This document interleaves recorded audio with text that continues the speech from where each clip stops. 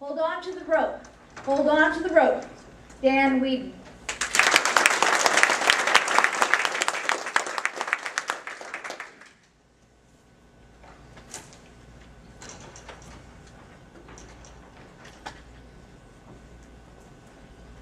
Have you ever looked up from the base of a steep cliff?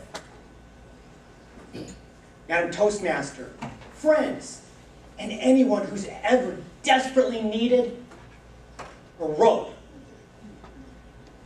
Who do you want on the other end? Me? I'll take the Incredible Hulk. Big green guy with big green muscles. Now you may be thinking, Dan, I've never been at the base of a steep cliff and I have no intention of ever being there.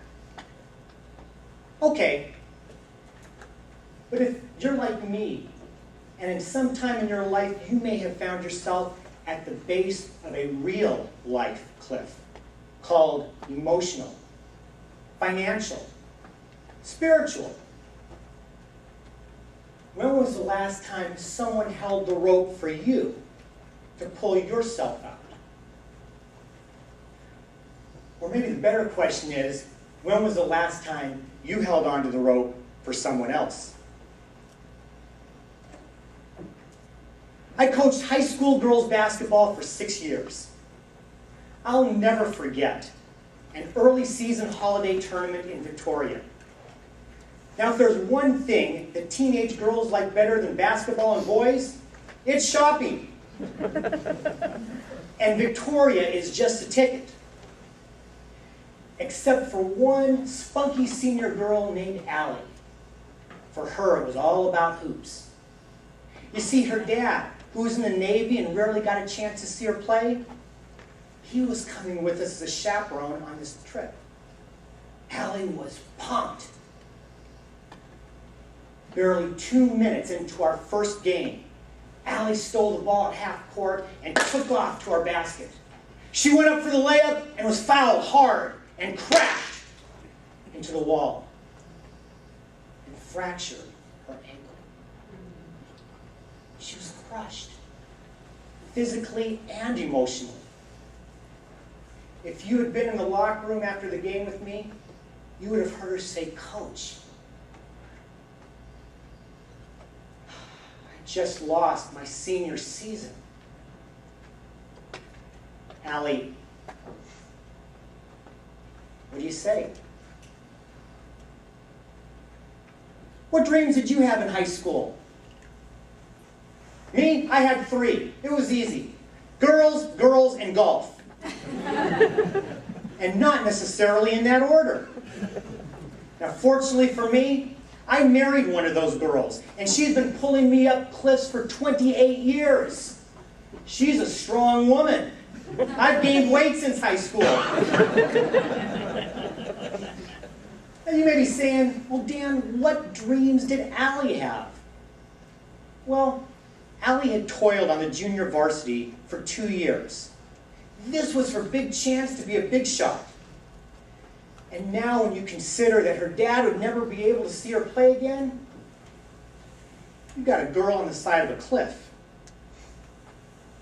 That night, I went to her and I said, Allie, I know you're in pain. I know you're hurting. If you want to go home with your dad tomorrow, we'll all understand. I'll never forget her response. Coach, are you crazy? I'm the captain of this team. Not only am I staying now, but I'm making every meeting, every practice, and every game. I'm your new assistant coach. Deal with it. Here, I thought I had to hold on to the rope for her. Instead, she pulled me up and feeling sorry for her. And what about her dad? He had to stick around for the whole week watching a bunch of girls that weren't even his play basketball. So what did he do? He pulled us up by carrying equipment, carrying Allie, and becoming the first cheerleader in Canada ever named Ralph.